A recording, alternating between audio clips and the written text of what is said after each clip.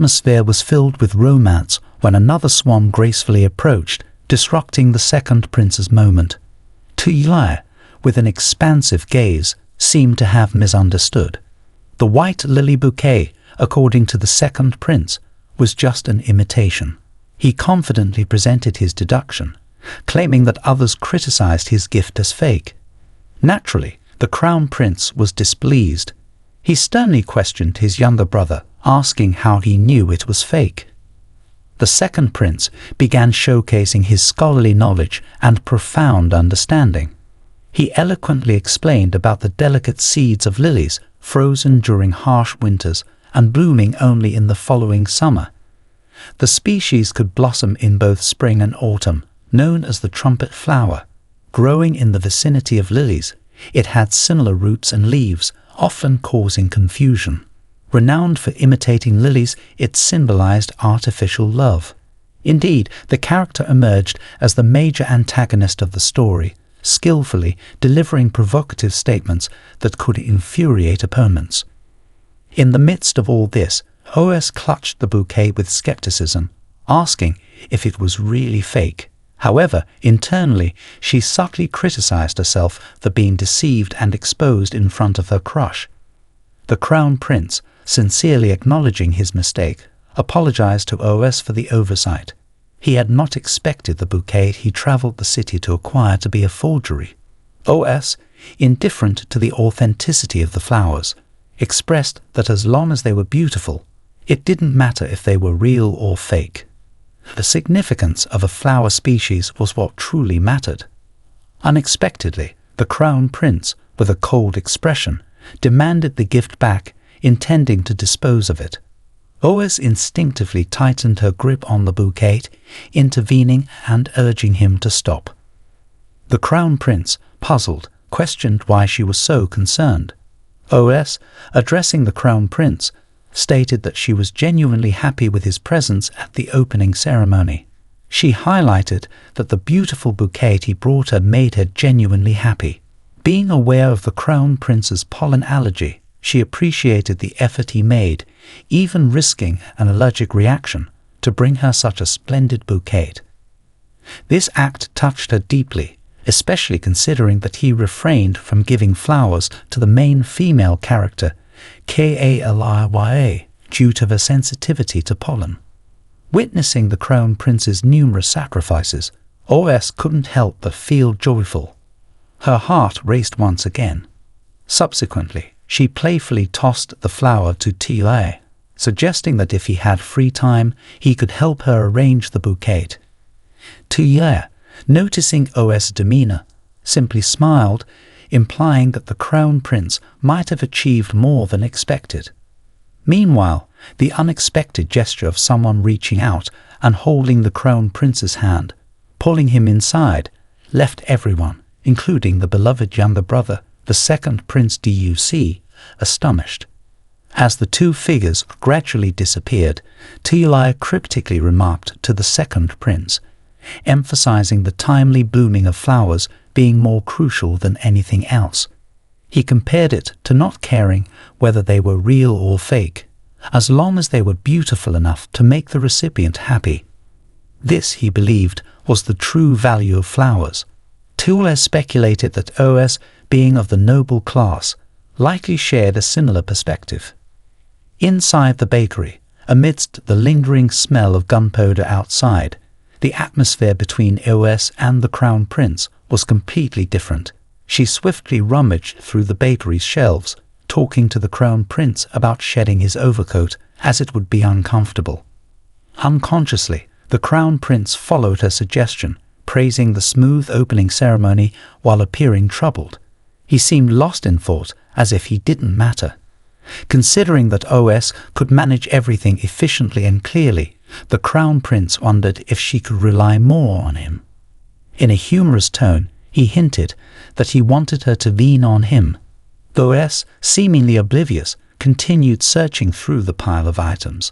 Finally finding what she was looking for, she hugged a small chest and enthusiastically informed the crown prince that she had found it. She then jovially reminded him that if he had a pollen allergy, He didn't need to go to such lengths. She mentioned that he could have simply visited, and she would have been genuinely happy. Seeing her hold a box of medicine, the Crown Prince cooperated, revealing a red rash around the area where his clothes had been opened. Oyef gently applied a cotton ball soaked in alcohol to disinfect the area, all the while conversing with him. Amused by his slightly awkward demeanor, Oyef teased him, asking if he was feeling sorry for himself. Despite the playful banter, the Crown Prince seemed genuinely cooperative. Witnessing Oyef's compassionate actions, he inquired whether she was feeling sorry for him, expecting a confession or at least a hint of her affection. He remained a bit clueless, looking at her with innocent, pleading eyes. This unexpected interaction between the Crown Prince and Oyef, amidst the backdrop of a peculiar atmosphere and the ongoing outside chaos, left everyone, including the beloved second prince and Tlia, astounded. Being close friends and caring for each other, isn't that normal? The more they talked about it, the more annoyed the prince became. He tightly held her hand, ready to place it on his neck, interrogating her. "We've even kissed, and you still see me as just a friend." Unexpectedly, Oyef remained naive, thinking the kiss was unintentional. Moreover, she truly didn't dare to have any intentions with the prince. Even though he was the novel's main character, and main characters should be with the main female lead, a supporting character like her had expressed her feelings. Yet, this foolish woman couldn't acknowledge her own emotions. The prince was so furious that he wanted to bang his head against the wall.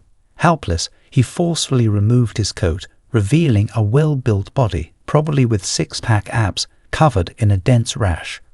Oyef, now addicted, hesitated. The shy girl, covering her eyes, exclaimed, "I can't do anything wrong." Unexpectedly, the prince had profound reasons, stating, "If we're just friends, why hesitate? Isn't it normal for friends to care for each other intimately?" This statement silenced Oyef. Finally, she found a reason to avoid the situation by claiming they were friends. Ultimately, she was the one who took a stone and hit her foot. In this situation, Oyef could only follow the prince's words meticulously, carefully disinfecting every inch of his body, focusing on the abundant red rashes covering his firm chest muscles. As a girl infatuated with handsome men, having such direct contact with this seductive figure made Oyef think dark thoughts. Just when she thought it was over, the prince began urging her again. He even pulled her hand, pressing it against his chest, saying, "There's still this part left." At this point, Oyef's mind had flown up to the 9th cloud. The goddess responded to the prince's request, touching that warm chest. Oyef could fully feel the prince's heart beating rapidly, abnormally, just like hers. After she finished disinfecting, the prince unexpectedly announced, "Tomorrow, I will request the king for permission to marry you." This news surprised Oyef, and she speculated silently. Because of her presence, the romantic relationship between the novel's main characters had been developing slowly. Now, the expected plot of a marriage proposal seemed to arrive prematurely. Oh my, she prayed for herself. The prince wanted to marry her at this moment. Oyef couldn't comprehend what twist of fate had occurred. The prince, discontent, questioned why he was being rejected when he was the royal prince of a prominent kingdom. His noble status, outstanding appearance, and being looked upon favorably should have guaranteed him success. He inquired why, even after she had proven her value and become a recognized queen, she still refused. Oyef, with an attitude, explained that the prince didn't like her, and their business alliance also didn't yield good results. If he valued her business capabilities, she could be of use to him. The prince, faced with this clueless and difficult-to-train young lady, expressed frustration. Even after showing his temper, she still didn't accept it. Did he like her or not? In a cold tone, the prince responded that he never said he disliked her. Nothing beats direct action, and the prince pressed her down on the chair. His powerful hand supported her, and Oyef could only lie still, looking at him. She panicked, wondering how she could endure this situation with blood rushing to her head. Suddenly, a girl's voice from outside the bakery shouted in disbelief, "No way!" At this moment, OS was bewildered. What was happening? Was the main character going crazy? Why would he want to marry her? Hearing this, the prince became even more dissatisfied. Clearly, he was the prince of the kingdom, yet he was still rejected. He questioned, wondering why he couldn't succeed when she had stated her desire to prove her value and become a recognized queen. OS was perplexed by this unexpected turn of events. The prince, in a low voice, interrogated her again, expressing that he had never experienced liking someone before. Now he wanted to prove to her how much he liked her. Before the wide-eyed gaze of OS, the prince passionately kissed her.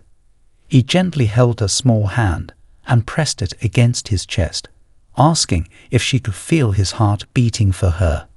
OS had melted by now, enduring the intense and crazy actions of the prince. How could she withstand such a situation, with her nose bleeding like this? The crown prince continued his relentless pursuit, gently placing his hand on her face. He whispered that he would never kiss a woman he didn't like. And now that she believed him, he pressed his face against hers, suggesting they should get married. Boaz struggled to resist, responding with confusion, and the prince took advantage of the situation. He questioned why she was hesitating, and OS, feeling awkward, evaded eye contact. The prince then suggested a period of getting to know each other before a hasty marriage, but his tone shifted dangerously. He expressed a sense of urgency, fearing that if he didn't grasp her, she might leave him. Sensing OS' anxiety, the prince asked why she was still hesitating. OS, now standing up, tried to regain composure and divert the situation to buy time. She proposed following the military strategist Sun Tzu's advice, suggesting that delaying the war is a tactic just like fleeing. The prince, pondering her words, agreed but insisted on a shorter time frame. He then gently placed his hand on her head and apologized for rushing. OS, still bewildered, unintentionally agreed to his request, indicating a month. The prince, content with this compromise, hinted at the sweetness of their relationship and pressed her towards an inevitable romance. As they conversed, the prince brought up a past incident where OS had caught his attention regarding a weapon deal. He acknowledged her assistance and revealed that the BILON trading company had attempted to deceive the Royal Trade Association with subpar weapons. However, it was KALY, not the main heroine, who had thwarted the plan by saving the daughter of a nobleman. OS, completely surprised, questioned whether it was really her who had saved someone. In disbelief, she wondered if the events were really unfolding as described in the novel. The prince's account suggested that KALY had disrupted the main character's love story, and OS couldn't fathom the coincidences. KALY unexpectedly entered the scene, expressing anger and demanding a proper conversation from OS. OS, puzzled by KALY's presence, wondered why she was there and feared an impending confrontation. KALY accused OS of planning to marry the crown prince, and OS, still unaware of the gossip, was shocked. KALY's accusation and disdainful expression left OS flustered. While OS had only agreed to exchange pleasantries with the crown prince, the rumour mill had transformed it into an imminent marriage proposal.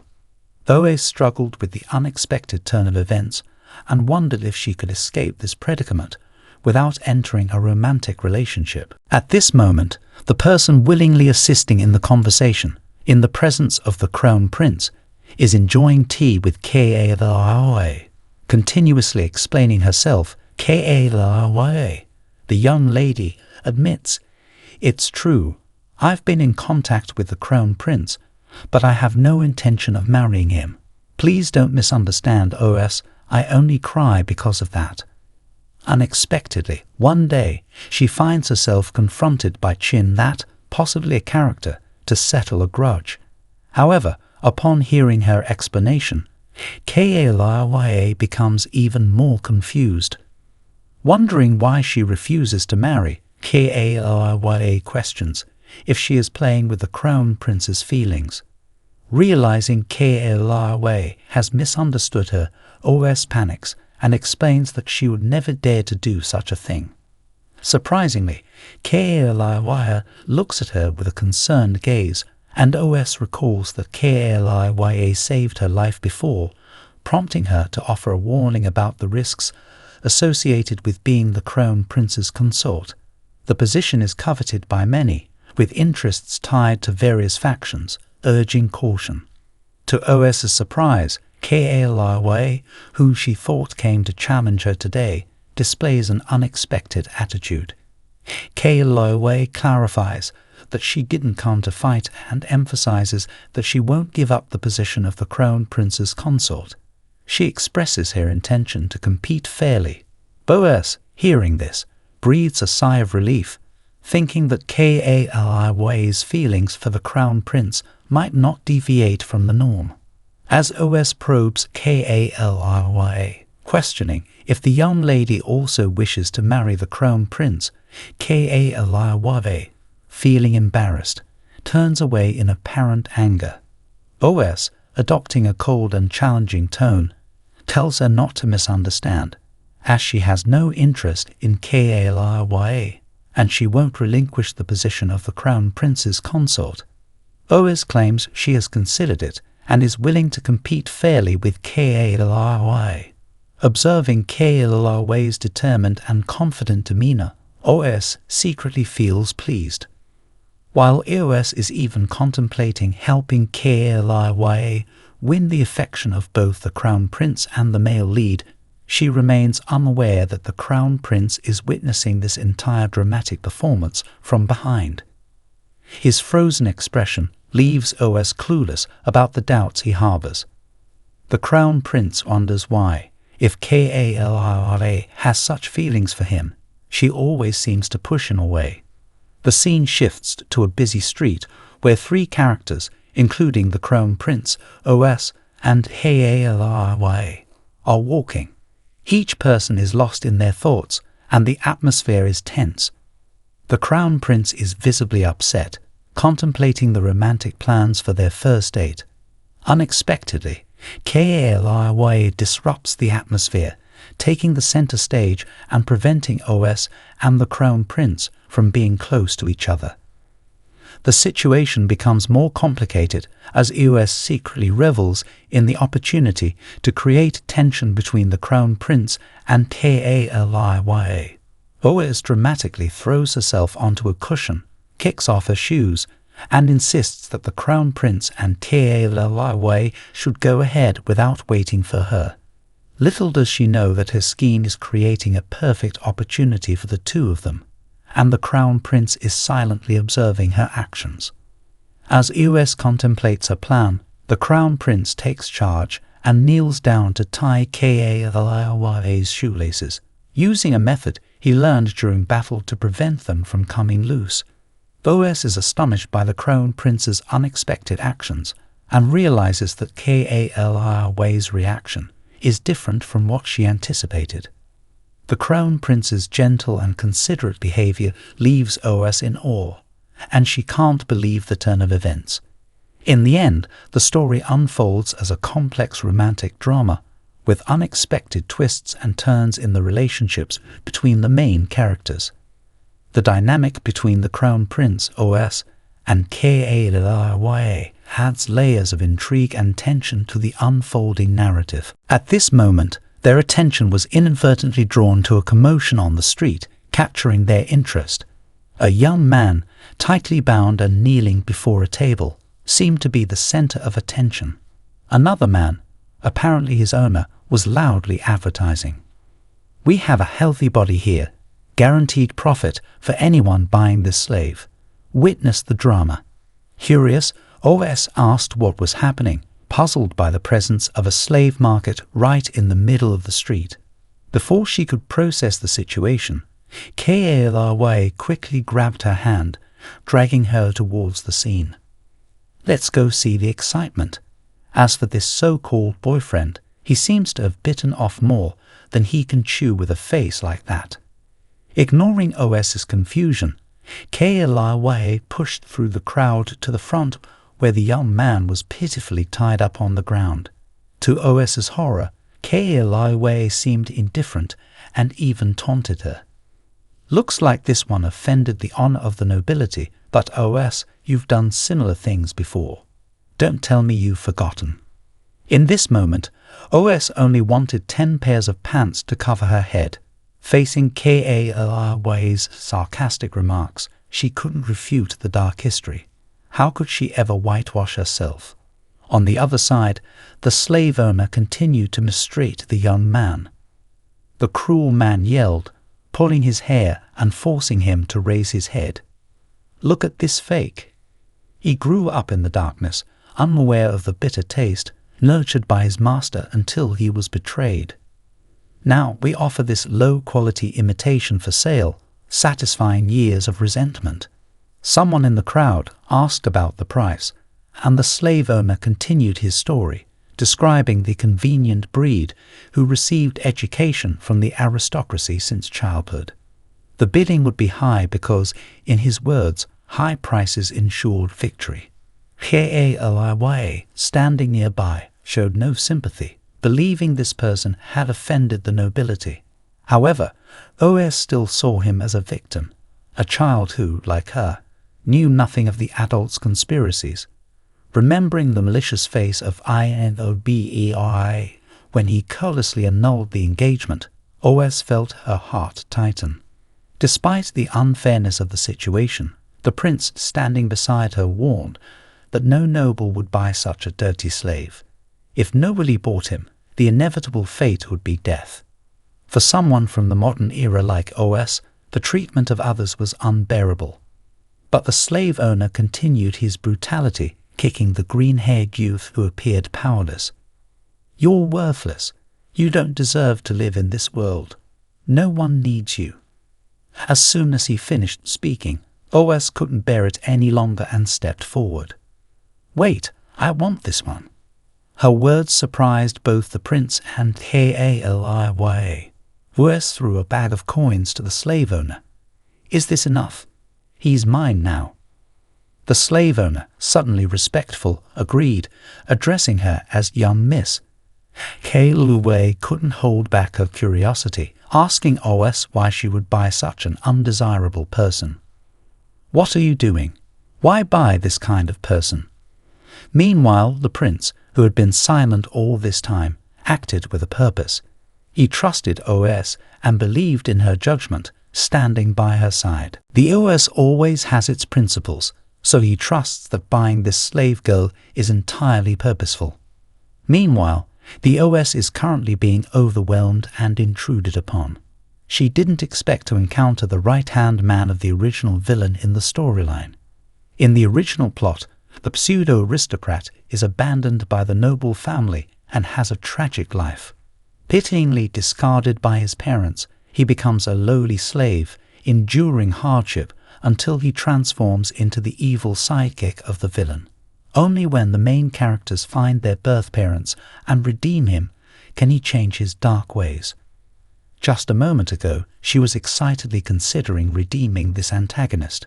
However, she suddenly realizes the responsibility for saving the little antagonist falls on her shoulders, and it's like she's brought trouble upon herself.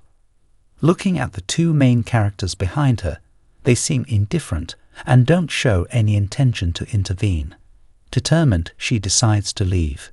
If neither of them wants to get involved, she will play the role of the benevolent person. Approaching the young man still kneeling in front of her, she gently declares to the reluctant antagonist, Kei, that he is now free. This unwilling time traveler, turned into a supporting villainess, has a fate even more miserable than her elder sister. Unjustly inheriting the evil title from the original owner, he also has to face the reincarnated prince who, in the previous life, directly killed the original owner. The protagonist duo needs to find their birth parents and redeem him to change his villainous ways.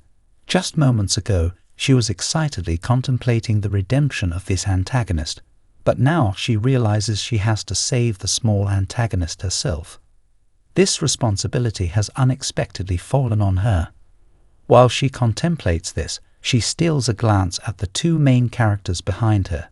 However, they seem entirely uninterested and show no signs of getting involved. Without hesitation, she decides to leave. If both of them don't want to get involved, she'll take on the role of the virtuous person. Slowly approaching the young man still kneeling before her, she declares gently to the reluctant antagonist, K, that he is now free. This girl, involuntarily transported into this world, becomes the villainess and has a fate worse than her elder sister. Unreasonably and without cause, inheriting the evil identity from the original owner, she also has to deal with the prince from the previous life who directly killed the original owner. The OS can't help but want to shout loudly until even Chubin falls out. That's why, when she sees a minor antagonist who will be enslaved in the future, she doesn't hesitate to buy him. The antagonist knows that if the OS doesn't intervene and buy him, what awaits him today is being sold as a slave. So he kneels down and sincerely thanks her, unable to repay the life-saving grace. From now on, he is willing to be a beast or a horse as the young lady commands. How can the OS let someone kneel under her feet, especially a handsome young man who is so charming? Beautiful men are there to be admired, right? The girl quickly steps forward and helps the kneeling antagonist stand up, telling him not to behave like that. She only wanted to return his freedom, and he doesn't need to repay her for anything. However, the antagonist sincerely wants to show his gratitude. He thinks he has no home to return to, and if the OS doesn't mind, she can take him in. If not, he will sooner or later die of hunger on the streets, and this freedom is worth as much as a Chubin. Kaliy, standing behind, also adds her opinion. She whispers in the OS ear that what he said is correct. Although he has been trained as an aristocrat since childhood, no noble family would hire him due to his background. This makes the OS reevaluate the situation. She mumbles to herself, rescuing the minor antagonist from the life of slavery, changing his destiny with her own hands. If things are arranged properly, he won't have any connection with the original villainess in the future. Therefore, she makes up her mind to pull this minor antagonist toward the path of righteousness. The OS nods and looks at him. She agrees, and the minor antagonist is delighted, swearing loyalty to the young lady. From now on, he is willing to do anything she commands. Hearing this, someone is displeased and quickly raises an objection. No, they won't let him do those things. The OS's face looks cute and innocent, not at all like a terrorist. Why would someone say such a thing? At this moment, someone eats vinegar and can't endure it, waving their hand to stop him from doing those tricks. No, they won't let him do that. The face of the girl looks cute, like a green plum. Does it resemble a terrorist at all? Why would someone say that? But at this moment, someone tastes the bitterness of jealousy. The prince doubts and asks the OS if she really wants to keep him. Kaliy ignored the boastful words of the royal prince, but she couldn't shake off the strange feeling. Standing next to the prince, she found herself devoid of any particular emotion, except for the burning jealousy whenever he flaunted his love for OS and competed for her attention. Becoming the prince consort had always been Kaliy's dream, and she had even resorted to cunning tricks to make the royal prince notice her. However, now that she stood next to him, she felt no connection whatsoever, except for the envy she harbored due to his continuous pursuit of OS.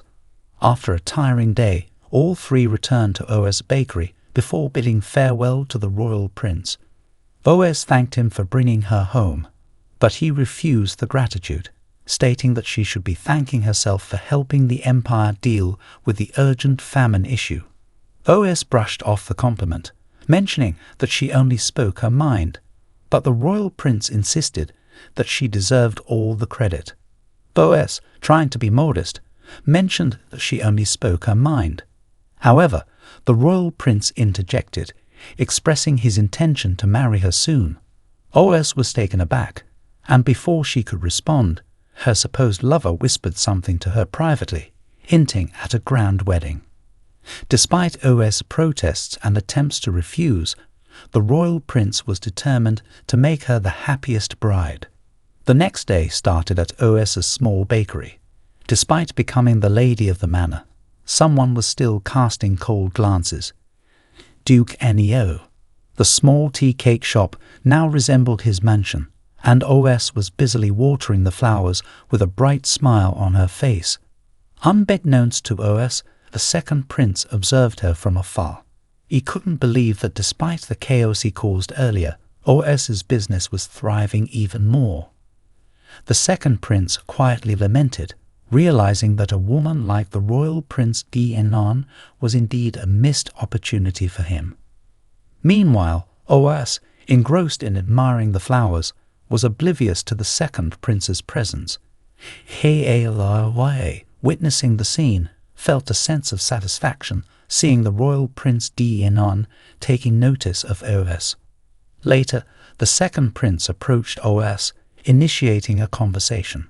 He mentioned his surprise at Oyef's success despite his attempts to disrupt her life. Oyef, trying to be polite, questioned the purpose of his visit. The second prince explained that it was his birthday and pretended to be interested in buying some pastries. Oyef, surprised by this revelation, apologized for having only one cake left, as the royal Prince Dienan had pre-ordered it. The second prince, feigning disappointment, suggested that Oyef could sell it to him instead. Oyef hesitated, but the second prince continued to act pitiful, saying that his brother might not even notice. The second prince's behavior caught Oyef off guard, and she jokingly questioned why he, a character playing the role of a villain, would be interested in sweets. The second prince, maintaining his act, expressed his newfound appreciation for sweets, especially after spending time with Oyef's lover. Oyef couldn't help but retort, suggesting that the second prince should not take away the royal prince's order, especially considering their complex relationship. However, the second prince continued his sympathetic act, explaining his tragic background and how he had never been expected to achieve greatness like his brother. Oyef, aware of the second prince's antagonistic role, still sympathized with his plight. She encouraged him, stating that anyone, regardless of status, could find happiness by staying true to themselves. The second prince, seemingly touched by Oyef's words, couldn't fathom how someone like her could be so unbiased. In the midst of their conversation, Kei observed from a distance, sneering at the second prince's failed attempts to tarnish Oyef's image. She found it amusing that despite all his schemes, Oyef's genuine kindness had an impact on the supposed antagonist. Unbeknownst to Oyef, Kei and the second prince, the royal Prince Dienan, had overheard their conversation. His eyes revealed a mixture of curiosity and suspicion as he watched Oyef and the second prince interact. Oyef, the young lady, is the daughter of Duke Vi. Since birth, she has been doted on by many. People like her will never understand my feelings. The second prince involuntarily recalls dark memories, horrifying moments from his childhood when his mother fell ill. However, no one came to visit. The second prince had to plead with others, but in return, all he received was disdain. Get lost. Let the wild child and his lowly mother die. Not even the servants spared him. They always said the second prince is a wild child who even wants to kill himself. Thinking about it, the second prince feels the anger rising, but he remains calm, believing that people like him should never have come into this world. Oyef extends her hand to invite and pull the second prince, her optimism evident. You are too pessimistic. If you are willing to open your heart, we can all be your friends. Moreover, you have an outstanding older brother like Prince Dienan, don't you? As Oyef speaks more passionately, She embraces a glimmer of hope. If she can humanize the role of the main antagonist and save the sibling relationship between the protagonist and the antagonist, it seems like a significant plot development. Unexpectedly, the second prince starts making demands. "Miss Second Prince, as friends, can you give me a hug?" It seemed like OS would have a difficult time, but her savior appears. The ice-cold Prince Denan intervenes, swiftly standing in front of his sister to prevent the second prince from taking her away. "DUC, what are you doing? You should know that OS and I are about to get married, right?" Seeing that, the second prince starts putting on a warm, boyish expression, congratulating his older brother. "Just now, I didn't mean anything else. I hope you don't misunderstand."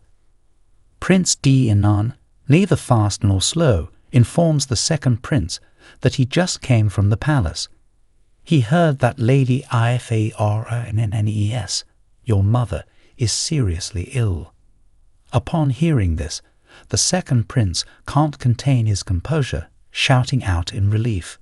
Fortunately, Prince Denan has arranged for the best doctors to go there. However, Lady Ifannes seems to only want to see her son. The second prince immediately loses his calm and rushes back to the palace to meet his mother before departing. He doesn't forget to turn his head and sincerely thank his brother, even though he was almost gravely harmed under DUC's hands. Prince Denan is still kind, patting DUC on the shoulder. "No matter what, you are still my younger brother. Have a happy birthday."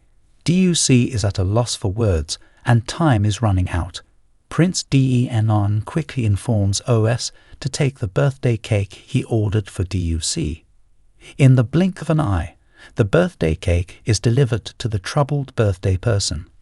This time, DUC is genuinely moved and sincerely expresses his thanks before quickly leaving. At the LANHOA palace of Lady Ifannes, the room echoes with curses. The birthday cake, due to Lady Ifannes's rage, falls to the ground. She relentlessly scolds DUC, questioning why he still wants to celebrate his birthday. The second prince can only stand still, acknowledging his mistake to his mother. But he doesn't alleviate Lady Ifannes's anger. She continues to vent her frustration, firing accusations at her son. The room falls silent, perhaps because Lady Ifannes is too exhausted to continue scolding. Faced with the heavy accusations from his mother, the second prince shows deep remorse. His face displays a look of misery. "My son's birthday is also the day of my mother's suffering. I only want to remind myself of the person who sacrificed for me." Still, Lady Ifannes has no intention of letting go of her son. She puffs up, raising her voice. "I won't release you, the son who caused me trouble all these years." Suddenly, she thinks of some dirty plot, her face breaking into a sinister smile. It turns out there is a martial arts competition about to begin. She wants the second prince to seize this opportunity to kill Prince Denan. Then the position of the emperor will naturally become DUC's. But DUC hasn't been completely tamed yet. He hesitates and refuses. "Mother, I don't want to kill my brother." However, this statement provokes Lady Ifannes.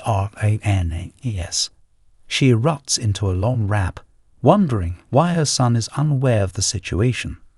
"You are the son of the empress, destined to inherit the throne since childhood. If not for you, I wouldn't have endured suffering in this demonic place. If you want me to stay trapped here forever, is that it?" Now the second prince is struggling intensely in his mind. He doesn't want his mother to suffer anymore, but he also doesn't want to harm his older brother. However, in the end, the second prince decides to stand by his mother's side. His face no longer shows fear, only a cold and ruthless demeanor. He obediently responds to Lady Ifannes. "I understand, mother. I will do as you say. Another day begins in the mansion of the Duke's family. In the quiet garden, the sounds of swords clashing and training resonate. It turns out that Jao is teaching swordsmanship to Tilae. Both master and disciple are diligently practicing. Jao's stern voice echoes, reminding his pupil to exert force in the right hand and maintain stability in the legs. Tyre listens attentively, and during their busy training, two lazy individuals stand watching. Oyef is impressed by Tia's talent and excitedly tells Kiwen about it. She didn't expect Tidae, at such a young age, to have such determination. Recently, Tia's swordsmanship has improved significantly since he switched to Jao's teachings. Oyef intentionally made Jao use a broken sword to participate in the swordsmanship competition, eliminating the only chance for the Jao family to revive. Jao, desperate, took the path of dark magic, always thinking of ways to push Oyef into a deadly situation. Oyef quietly rejoices, anticipating that everything will be different in this life. A little wolf now possesses the most powerful sword magic in the world. He will undoubtedly win the first prize in the upcoming knight competition, freeing himself from the status of a lowly knight and returning to nobility. After finishing their thoughts, Tia and Jao complete their training. The boy swings his sword and calls out to Oyef's sister, "I'm formidable now. I'll protect you just like Jao." Oyef encourages the young boy by patting his head, but she also reminds Tilae to be truly formidable. As the swordsmanship competition approaches, they must focus on training. Tia enthusiastically suggests throwing a celebration party for Jao after winning, proposing to make a cake for him. Oyef soothes the excited boy, assuring him that they can organize the celebration after the competition. However, she knows that after the competition, Jao must leave the Duke's mansion, as he doesn't belong there. This revelation shocks Tilae, clinging to Jao's clothes, reluctant to let him go. With a hesitant voice, the boy asks if Jao will come back to visit them. Oyef reassures the young boy that they can look for Jao together, confident that he will welcome them. Listening to the young lady's question, Jao answers naturally, "Of course, miss. At that time, I will certainly welcome all of you." In this moment, an inner struggle occurs within Jao. If there is no contradiction between him and Oyef, between reviving his family and staying in the Duke's mansion, will she want him to stay? Jao is perplexed, unable to understand why he, who once hated Oyef and even wanted to kill her, now can't bear to leave this woman. If he leaves, will Oyef be sad?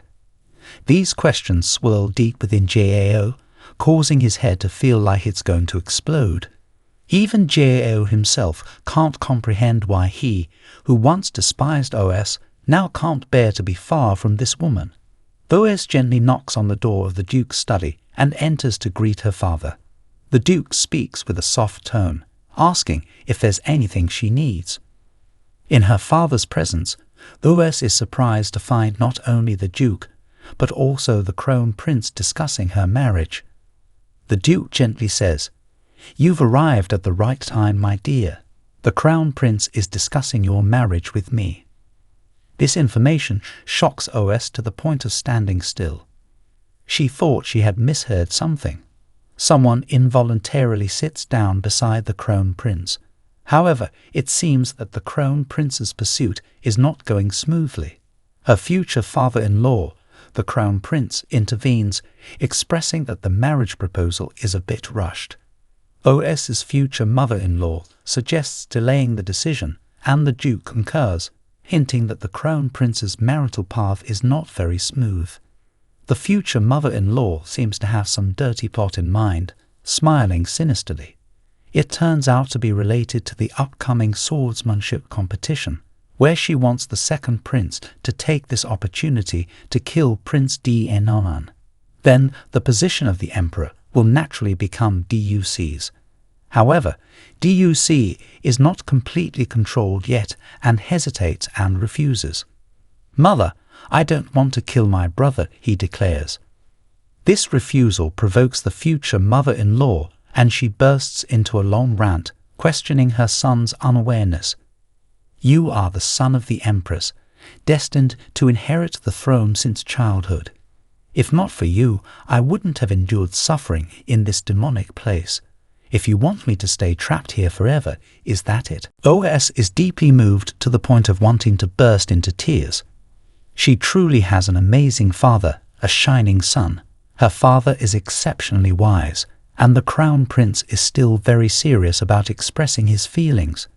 He apologizes sincerely to the Duke for any inconvenience, but firmly states that during this time, he is sure that OS is the one he loves the most.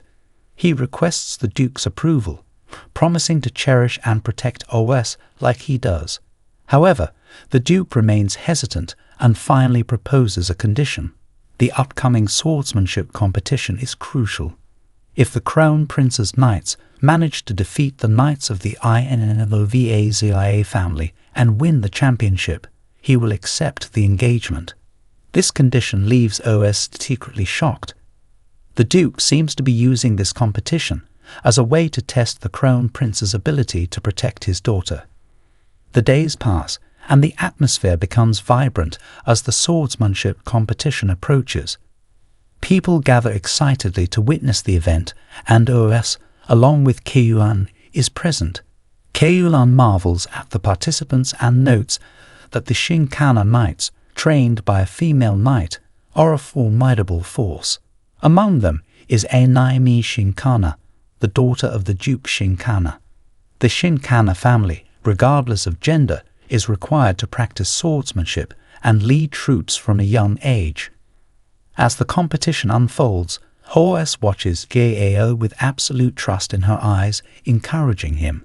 Jao, on the other hand, is feeling a bit uneasy.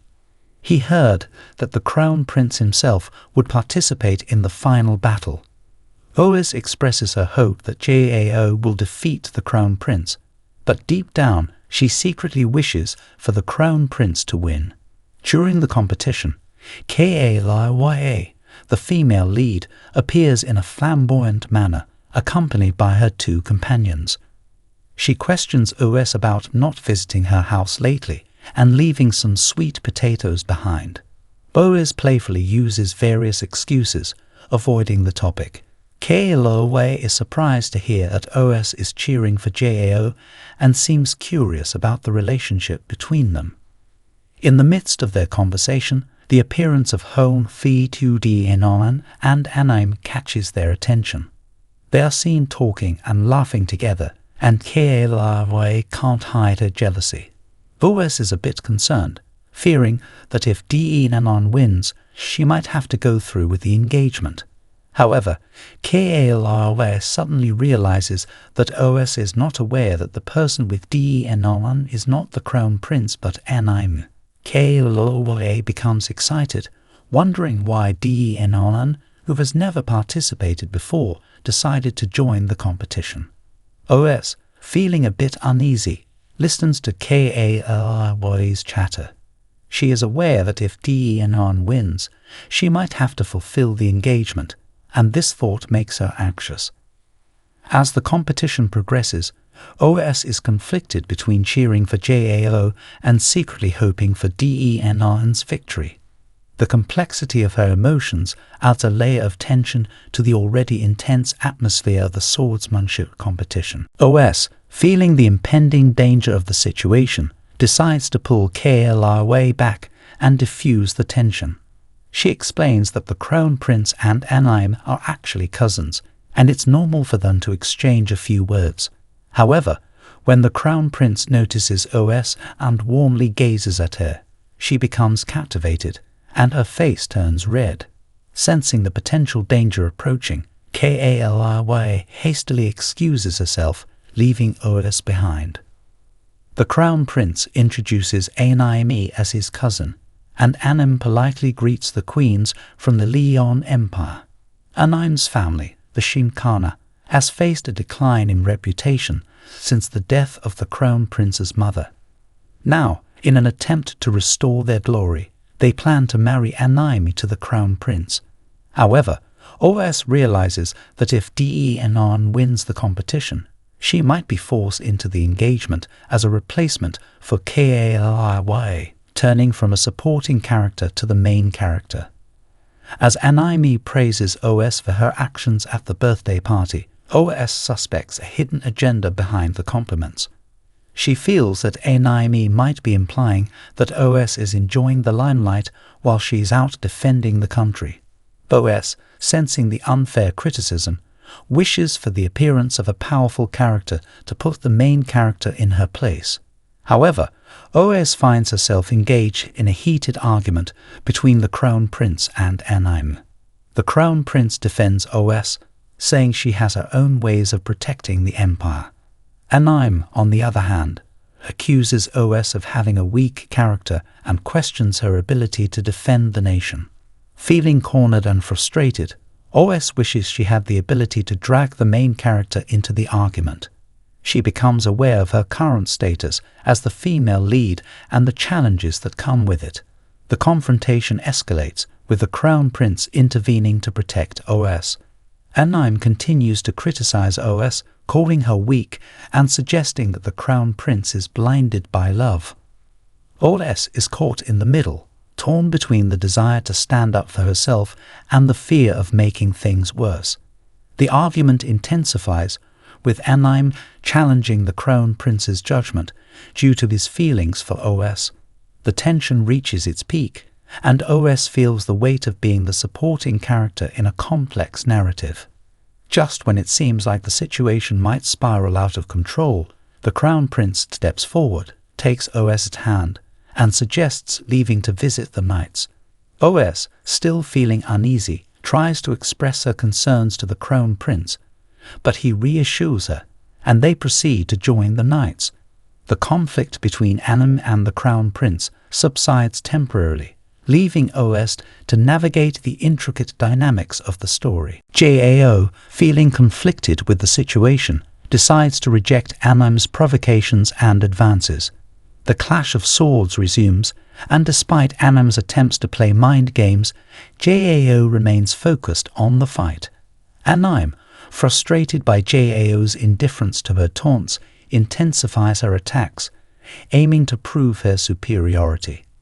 As the battle unfolds, the audience is captivated by the fierce exchange between JAO and Anaim.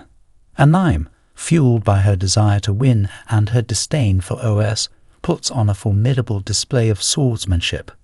On the other hand, JAO, driven by his own motivations, skillfully parries Anaim's strikes and counterattacks with precision. While the crowd watches the intense duel, OS observes the unfolding events with a mix of concern and curiosity.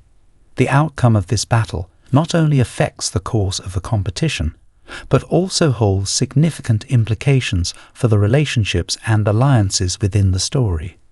JAO, determined to protect his position and fulfill his promise to OS, manages to find an opening in Anaim's defenses. With a swift and well-calculated move, he disarms Anaim and secures his victory. The arena erupts into cheers and applause as JAO emerges as the winner of the duel. Anaim, humbled by her defeat, struggles to accept the reality of the situation.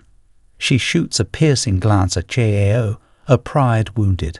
JAO, maintaining his composure, approaches Anaim and extends a hand as a gesture of sportsmanship. OS, relieved by JAO's victory, realizes that the narrative of the story might be shifting once again. The dynamics between the characters are unpredictable, and the fate of the relationships hangs in the balance. As JAO helps Anaim to her feet, the tension between them remains palpable. The next challenge in the competition looms ahead, and the intricate web of relationships continues to evolve. OS, caught in the midst of the unfolding drama, braces herself for the twists and turns that lie ahead in this complex tale of love, rivalry, and destiny. OS was not just a harmless girl, Even her fingertips were no match. She was mocked so thoroughly, and N9 became infuriated. She exerted even more power, directing her sword straight towards Jao. However, he continued to play psychological games, presenting himself as an inferior knight who loved the noble daughter after all. Jao fell into a trap, and Os remained his weakness. Anxiety overwhelmed him, and he exclaimed, "I can't do it." N9 coldly snorted, waiting for this moment. When Jao became distracted, his sword's strength would also waver. Seizing the opportunity, she swiftly aimed her sword at Jao, mocking him as he was exposed. At this moment, Jao truly fell into her trap. Oe stood in shock as Anami's sword rapidly approached. In the blink of an eye, it cut across his shoulder, leaving a red wound. Seeing the advantage tilted in her favor, Enaim taunted Jao with confidence, calling him nothing more than a frog demanding swan meat. Os, witnessing this spectacle, couldn't help but feel worried. She was unaware of the conversation on the stage between Jao and Enaim, but she could easily discern the unsettled state of the young man. Seeing Os restless, the prince approached, gently taking her hand to comfort her. "Don't worry like this, Os. The battle is not over yet," he said, holding a pensive gaze. Remembering their stroll before the match, Os hesitated before speaking. "Your Highness, if I may suggest, in the final battle, can't you fight Jao to a draw? Can't you refrain from defeating him?" The prince, still suspicious, believed she feared his inability to defeat Jao. However, she revealed her fear that he might actually win against Jao in the ultimate battle. As hesitated, explaining events from a few years ago. Jao's father, the Stuat Duke, had been unjustly punished, and after Jao became a slave and was bought by As, he suffered greatly. As gave Jao a cursed sword, hoping he would participate in the swordsmanship competition, aiming for a day when he could escape his lowly status and return to nobility. Initially, the prince had dismissed Os's concerns, as those who had lost their noble status found it challenging to regain it. As argued that unless Jao could prove at that time that the family was wrongly accused, there would be no chance of returning to nobility.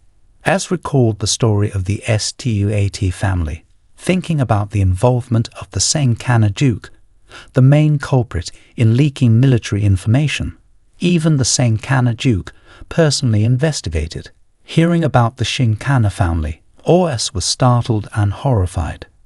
Now she learned about Jao's family's downfall, closely related to the Senkana Duke. Motivated by this knowledge, Os became even more determined not to abandon Jao. Perhaps after the fall of the Stuat family, there was some conspiracy. In another corner of the arena, the female knight in charge evaluated the situation. She couldn't believe that a knight of lower status could stand on equal footing with her master's daughter. In her silent fear, she worried that Enaimi might not be able to resist. Immediately, she declared to her subordinates to cheer for the young lady. The Shinkana family had a massive army, and with a little encouragement, a cheerleading squad quickly formed. These knights unanimously cheered loudly for the young lady, showing the extent of their support. Anaime, hearing these cheers, became even more triumphant. She taunted Jao further, emphasizing that all these voices were in support of her victory. She seemed to revel in the belief that he would be a failure under her control. In the midst of the heated battle, the two opponents continued to exchange blows fiercely. Despite Amam's attacks, Jao no longer felt fear. He confidently declared his intention to win. The verbal sparring continued until both parties leaped towards each other, intensifying the struggle. Os couldn't help but worry about the intensity of their fight.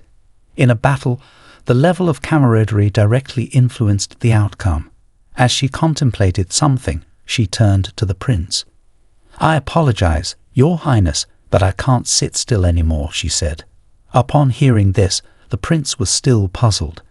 Before he could inquire further, OS used her determined gaze, looking towards the VIA family's knights. She then announced to all the VIA knights to raise their voices, urging them to cheer for JAO. In a show of unity, the VIA family's knights passionately cheered for JAO, increasing the morale of the cheering squad. Oyef took charge as the captain, shouting continuously to boost JAO's spirits.